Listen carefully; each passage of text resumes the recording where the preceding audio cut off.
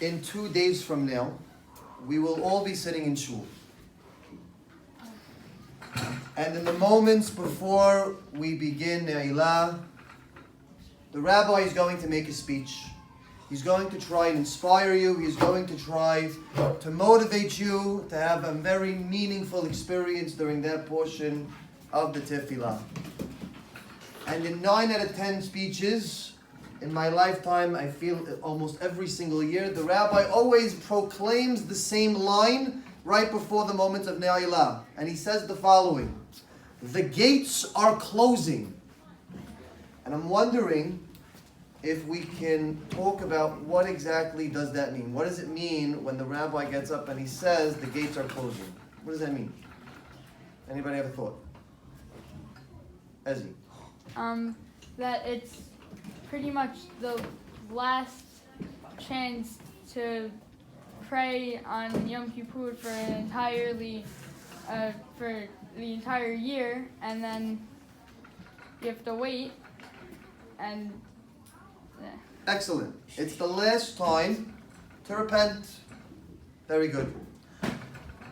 So I want to explore this thought. I want to delve into it a little bit deeper to see if we can make this time of the day a little bit more meaningful when we experience it in 2 days from now. And in order to do that, I'm going to introduce 2 different parts of this master equation. So part A is going to look like this. Imagine I told you that starting tomorrow, everybody is going to have a brand new bank account with their name on it. And every single morning, this account will have $86,400 exactly put into your account. But there's a catch.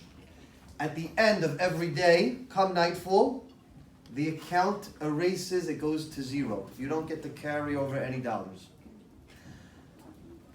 I'm watching you guys think, and your brains are churning right now, and probably every single one of you is thinking about how you're going to spend every single dollar, because who would waste money?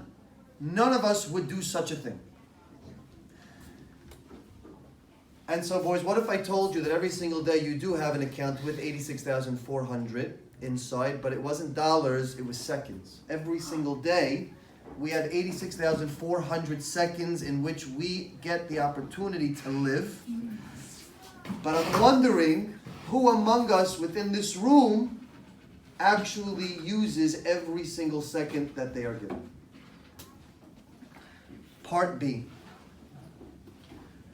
According to Albert Einstein, he defines the word insanity to mean those who do the same things over and over again, and they expect different results. So I want to give you an analogy.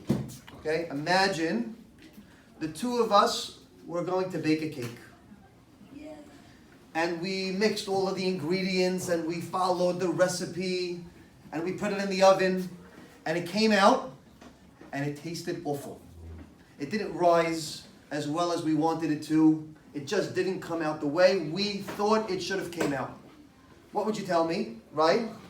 You did something wrong. We should say, we did something wrong. The next time we do it, we should change up the recipe or change up the process in which we go about making the cake. What if I told you, great, so we do it again because we can make change and we can make a cake even better and stronger than the next time, right? And so we started making the second version of the cake, but we followed the exact same recipe. We followed the exact same process in which we did it the first time. What then would you tell me? Why would you do that? That's a waste of time. Who would do such a thing? Obviously, if you're going to bake another cake a second time, you're going to do things differently. And again, I'm going to wonder out loud, with myself included, when we go through this changing process that is the Yamim Noraim, that is Yom Kippur, do we change our own recipe, so to speak? Or are we kind of baking with the same ingredients over and over again? Baking with the same ingredients all over again. So I want to reframe this idea of the gates are closing. Because some rabbi in some shul is going to say it, and most likely you're all going to hear this line. If we can all imagine for a second a new way of thinking when this line is said to us, maybe, just maybe, this time can be a bit more meaningful, can be a bit more impactful. And instead of thinking about how, yes, this is the last opportunity for us to repent, perhaps we can reframe it to say the following. This is the last time for me to be myself as I know me. According to a study done by the University of Scranton, they concluded through research that 92% of people who make New Year's resolutions do not stick with it by the next calendar year. They give up. And the question becomes, why? And so I think one thing we need to consider and to recognize is this idea about time that I mentioned earlier. Most often, most people do not value the precious time that is afforded to them, that will not be there for them if they do not take advantage of it. I'll give you an example. When I go home and I'm really stressed, I'm really tired, I had a long day at work, and my 5-year-old and 3-year-old daughter come to me and say, "Daddy, could we play a game? Could you read me a story?" The first thought that's on my mind, I love you, I'm so tired. Maybe tomorrow will be a better day, right? And most often, most of us don't recognize something very, very important. This will be the last opportunity in this given moment in time that my child will come to me to ask me to play with them or to read them a story.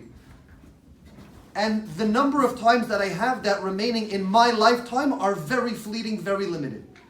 There will come an age where my children will no longer seek my time. They'll look to do their own thing, and that's the natural progression of life. So now when I go home and I'm still tired and I'm still exhausted and still stressed out about my day, I've taken it upon myself to say, even though I'm tired and even though I'm stressed, yes, honey, let's do it. Let's read the story. Let's play the game. I can't tell you how many times I've played the game Spot It Junior. My daughter Rose is an expert. Takes her a little bit longer than me, but we play. And so the question becomes, boys, on Yom Kippur, when time is going by, what are you thinking about? How are you valuing that time? Are you doing what most people in the room are probably doing, which is counting down how many pages are left and wondering how many hours are left until they can eat grandma's sambusak? Or are you considering time? How valuable and priceless it is, how in just a few moments from now I will never have it again for the rest of my life. And so that should that should urge me to take it more seriously. And then part 2, back to what Albert Einstein was trying to tell us about the definition of insanity. We have to understand something, boys. You want to know why 92% of people never make real change? It's because they wonder to themselves, how on earth could it be that I could make change? And you're asking yourself the wrong question. You're thinking about the wrong person. Because you, in your current self, are not capable to make change. You know who is possible to make that change? The new and improved you. The person who spent and dedicated their time to learn and to grow and to become a brand new person, a better person. And so yes, if you're wondering, how can I make change? You can't. How can I become a better, bigger, stronger person that is capable of making such change? That we can do. So boys, 2 days from now we're going to be sitting in shul. The gates are going to be closing. And the question is, what are we going to do with the limited time that we have left? My hope and my wish is that we all have a Gamar Hatibat Tova, is that we all have a meaningful Yom Kippur experience, and we enjoy what it is that we have left, because boys, before you know it, it's going to be gone. Shabbat Shalom.